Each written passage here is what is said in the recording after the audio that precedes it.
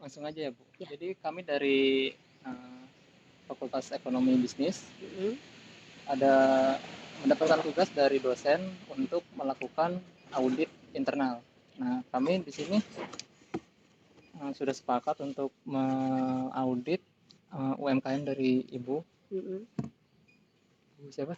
Ibu Tati. Oh, Ibu Tati. Ya, jadi di sini mohon kesediaan Ibu untuk kami wawancara. Wawancara. Yang bisa saya jawab ya.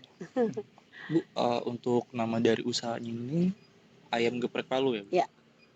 Nah, ini nih awalnya itu tuh sejarah dari ayam geprek Palu ini nih gimana? Kira-kira. Sebenarnya saya jualan ayam geprek itu udah lama, bukan sebenarnya pernah buka, tapi dulu pakai brandingnya Pawon Prabu. Ya, Pawon Prabu karena nggak spesial ke ayam geprek, tapi masih banyak yang lain gitu, tapi kayak ada sama-sama soto. masih ke makanan. Ya, tapi ada gepreknya, cuman nggak spesifik gitu. Kemudian karena COVID itu kan kita berhenti, mulai lagi saya jualan itu di Fakultas Kedokteran di Unila. Nah, karena di sana ternyata jualan itu nggak boleh sama, akhirnya ibu milih kayaknya tuh anak-anak pada saat itu lebih suka ke ayam geprek gitu, dan kebetulan belum ada, jadi aku kasih nama tuh ayam geprek Parahyangan yang di Fakultas Kedokteran. Cuman karena di sini saya udah ada tempat, terus tempatnya juga kosong untuk memanfaatkan, karena bahan kan pasti udah ada, udah siap gitu, jadi aku buka lagi aja di sini tapi dengan brand lain, jadi dengan ayam geprek Palu. Kenapa dengan ayam geprek Palu? Karena ketika mengikuti beberapa kelas bisnis gitu ya, setidaknya kita dari nama tuh harus ada unik gitu. Akhirnya saya pikir ayam geprek kan banyak, cuman ya dipentungin pakai Palu tuh ciri mungkin khasnya kayak belum ada. Itu yang dibikin kita bikin ayam geprek Palu gitu sih. Dari tahun berapa tadi? Kalau yang di sini baru sekitar 2 bulan. Tapi kalau ayam geprek yang sama ya, memang sama ya, ayam geprek itu udah 3 tahunan di Fakultas Kedokteran. 3 tahun yang di Fakultas Kedokteran. Ini sebenarnya ini brand branch-nya, tapi rebranding gitu. Jadi awalnya itu tuh ibu mulai pertama kali bisnis itu di tahun keberapa, Bu? Dari awal banget. Aku bisnis sebenarnya aku mulai suka berdagang ya, kalau ibu bilang bisnis agak gimana gitu ya, berdagang ya atau berbisnis itu dari tahun 2015 sebenarnya Bang. Tapi karena pengetahuan yang kurang dan segala macam yang kurang, ternyata bisnis itu nggak mudah gitu. Kita harus mikirin SDM, kita harus pikirin branding tadi, kita harus pikirin segala macam, akhirnya buka tutup terus gitu. Jadi nggak pernah konsisten gitu. Baru konsisten itu 3 tahun ini yang di Fakultas Kedokteran. Tuh. Berarti waktu COVID itu sempat tutup atau gimana? Iya, COVID itu tutup. Nggak lanjut sama sekali gitu? Ya baru ini buka lagi. COVID itu kayaknya tuh sempat buka, tapi nggak cuma ayam geprek gitu, kayak ada mie ayam kayak gitu. Makanya saya pakai brandnya Pawon Prabu gitu, bukan nggak spesifik gitu. Jadi yang Pawon Prabu itu udah nggak buka sama sekali? Udah nggak buka lagi. Jadi udah nggak dipakai brandnya. Yang buka itu tinggal ayam geprek Palu sama ayam geprek Parahyangan. Parahyangan itu nanti mungkin akan saya samain aja gitu. Cuman kemarin ya udahlah, karena memang di Fakultas Kedokteran kan mereka udah taunya itu gitu. Jadi belum aku rubah. Kira-kira Bu, untuk dari struktur usahanya ini nih, itu gimana Bu? Untuk pembagian tugas-tugasnya di Parahyangan sama yang di sini? Nah, kebetulan kalau dapur itu jadi satu di sini. Jadi segala macam yang kayak marinasi, kan ayam-ayam itu kan harus dimarinasi, itu semua ada di sini, dan itu dikerjakan emang oleh khusus orang dapur. Jadi Mbak yang di kedokteran atau yang di sini cuman tinggal mengolah aja gitu, kayak gorengnya memang sudah di tempat masing-masing. Tapi kalau marinasi untuk bikin sambal, kan juga kalau di Fakultas Kedokteran kebetulan ada varian lain. Dia ada varian yang pakai saus gitu ya, kayak saus kelapa kayak gitulah, semacam seperti itu. Itu semuanya disuplai dari sini. Untuk yang di dapurnya itu tuh ada berapa orang Bu pekerja? Yang di dapur ada 2 orang. 2 orang. Itu termasuk Ibu? Enggak. Aku udah jarang. Jadi Ibu ngemantau aja? Gitu. Aku udah tinggal mantau. udah ada yang di sini, udah ada orang di belakang gitu. Terus dari dapur itu langsung ke outlet masing-masingnya ya, Bu? Iya, iya. Terus di masing-masing outlet itu kayak di FK sama di sini masing-masing berapa, Bu? Untuk pegawai? Kalau di Fakultas Kedokteran itu satu. Satu. Kalau di sini sih kemarin dua, cuman sekarang lagi pakai satu.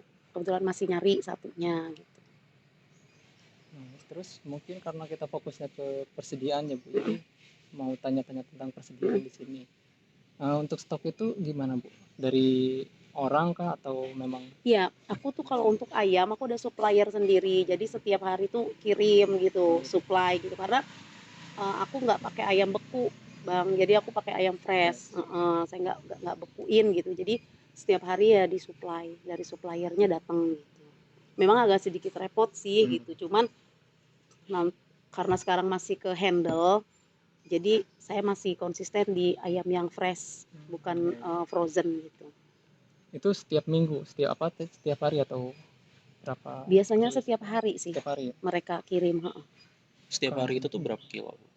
Setiap hari bisa Dari 20 ekor. range-nya? Heeh. 20 ekor itu sekitar berarti kurang lebih 20 kilo ya, Bu? Enggak, aku pakainya yang 1,6. 1,6. Ya, 1,6.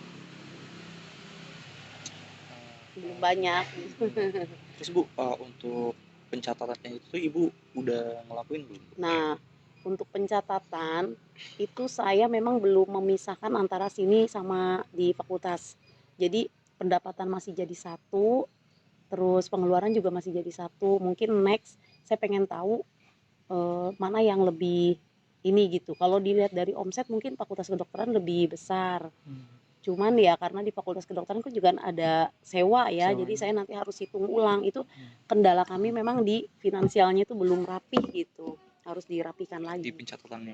Di pencatatannya. Terus untuk ini Bu, untuk dari segi pegawainya udah ada SOP-nya sendiri belum Bu? Kayak dari dapur atau yang dari outlet? Ya, kalau di dapur mungkin yang cuci ayam ya sama yang marinasi dan segala macam itu mereka udah ada SOP walau tidak tertulis.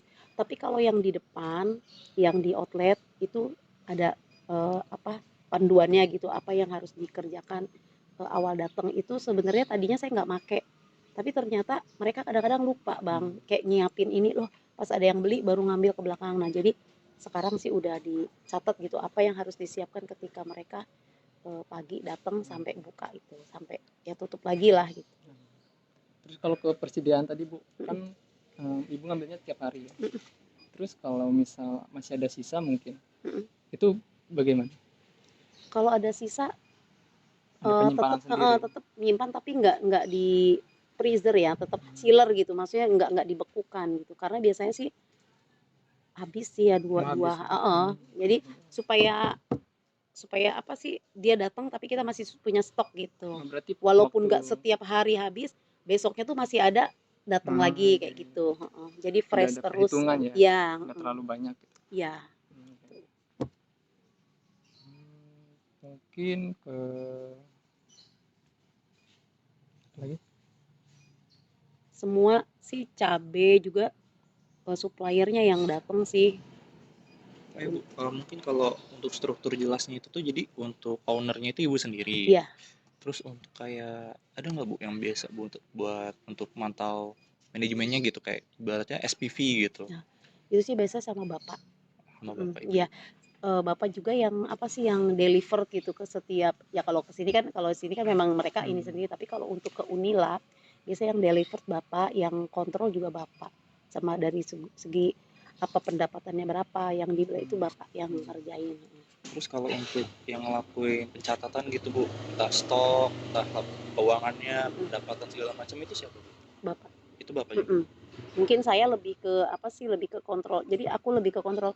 Oh ini gorengannya hari ini kurang bagus kayak gitu aja sih. Aku lebih ke gitu, atau sambalnya kayaknya kurang ini gitu. Aku lebih ke situ. Enggak nyatetin, enggak belanja gitu. Mungkin ini Bu, saya mau tanya, kalau misal waktu Ibu beli stok gitu, pesen stok, terus yang datang itu mungkin kurang sesuai, itu bagaimana? Pernah nggak sesuai itu yang paling besar lah ya, yang paling besar itu ayam. Pernah ayam itu kayaknya di bagian sayap suka banyak yang Hmm. ya aku komplainin, aku pasti komplain gitu. Dan misalkan kalau itu rusaknya parah sih saya nggak pakai, dibuang gitu. Maksudnya dibuang tuh tidak dijual gitu, terserah mau diapain mereka terserah, tapi itu tidak dijual artinya saya harus ngeganti tuh gitu, berarti satu potong kan hilang gitu gitu. Oh, bukan dari suppliernya diganti gitu ya? Enggak, Ngatur. kalau enggak parah sih enggak. Oh gitu. Tapi kalau misalkan ada yang belum pernah terjadi, kalau misalkan memang dari itu mereka siap ganti. Oh, gitu. Cuman karena dari 20 ekor ayam paling ada satu gitu yang apa di Rusak. bagian sayap itu rusak gitu. Tapi Ya, itu jadi nggak kan selalu ya Bu? nggak selalu, ya kadang ada beberapa kali sih gitu. Terus kalau cabe, alhamdulillah sejauh ini sih saya kan sekali belanja tuh 10 kilo untuk 1 minggu, nggak nyampe lah 10 kilo, 10 itu bagus sih, nggak ada Bagus masalah. semua ya. Berarti belum pernah sampai ganti supplier gitu kan? Belum, Oh, ya masih. Untuk suppliernya itu tuh masih di ruang lingkup Bandar Lampung ini Iya, apa? ya masih di sini. Ada lagi? mungkin Udah. Mungkin segitu dulu Bu untuk Iya, sesi wawancara hari ini. ya terima kasih. Mudah-mudahan mungkin sukses ya. makasih atas waktunya Bu. Ya, terima kasih banyak.